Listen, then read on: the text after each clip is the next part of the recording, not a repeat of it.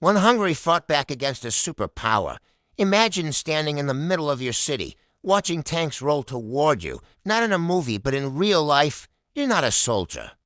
You've never held a weapon before, but in your hand is a glass bottle filled with fuel, and in that moment, you have to decide, run or fight.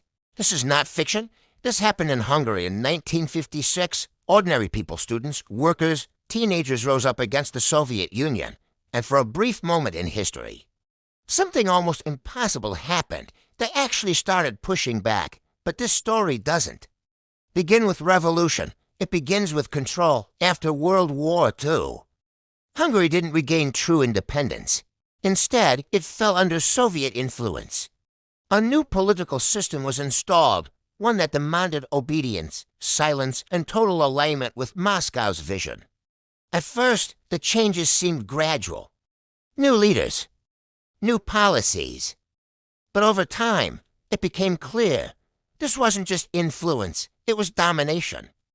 Elections were manipulated. Opposition voices disappeared. And slowly, the country transformed into a place where speaking freely could cost you everything.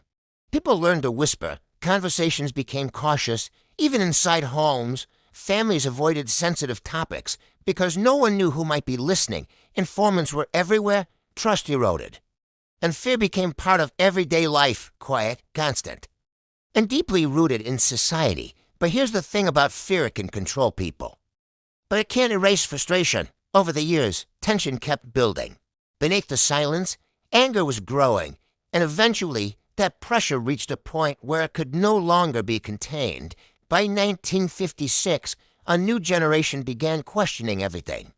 Students in particular started discussing reform. They weren't calling for violence. They wanted basic freedoms, freedom of speech, fair elections, and the removal of foreign military presence from their country. On October 23rd, thousands of these students took to the streets of Budapest. What began as a peaceful demonstration quickly grew into something much larger. Workers joined, families joined. The crowd expanded. Unified by a shared desire for change, they carried banners, they shouted demands. There was energy in the air, hope, even. For the first time, people felt like their voices might matter. But revolutions rarely stay peaceful, especially when power feels threatened. As tensions rose, the situation escalated. Armed forces were deployed to monitor the protest. Then suddenly, shots were fired. Panic spread for a moment, but it didn't last. Instead of scattering, the crowd reacted with anger. People began organizing. Weapons were taken. Barricades were built. Within hours, Budapest transformed from a city of protest into a city of resistance. And what makes this moment so powerful is who these people were. Not trained soldiers, just ordinary citizens, students, mechanics, factory workers. The Soviet army responded quickly. Tanks rolled into the city, expecting to restore order immediately. On paper, this wasn't even a contest. Instead of collapsing, the resistance adapted. They used the city to their advantage. Narrow streets, hidden corners, elevated positions. With limited resources, they relied on creativity. Molotov cocktails became their primary weapon. When thrown correctly, they could disable armored vehicles. Street by street, small victories started adding up. The city turned into a maze that favored those who knew it best, the people who lived there. For the Soviet forces, this was unexpected. Resistance wasn't fading, it was growing stronger, more organized, and more confident. And then came a moment that shocked everyone. Soviet troops began to withdraw from parts of the city. It looked like the people might actually succeed. Hope surged across Hungary.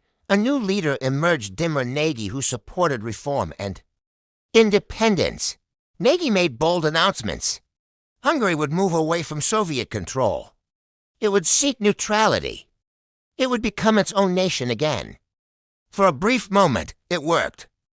The atmosphere shifted from survival to celebration. People believed they had reclaimed their country. But that moment of hope came with a dangerous assumption that the Soviet Union would accept defeat. That assumption would soon prove devastatingly wrong.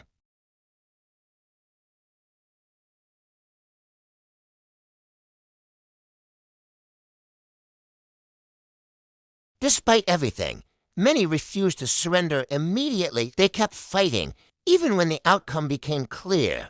But eventually, the revolution was crushed. The remaining fighters were captured, killed, or forced into hiding. The aftermath was devastating. Thousands lost their lives, over 200,000. Fled the country, families were separated, communities were broken, and the leader who symbolized hope, Imre Nagy, was arrested and later executed. His attempt to reshape Hungary came at the ultimate cost. The revolution failed, but its impact didn't.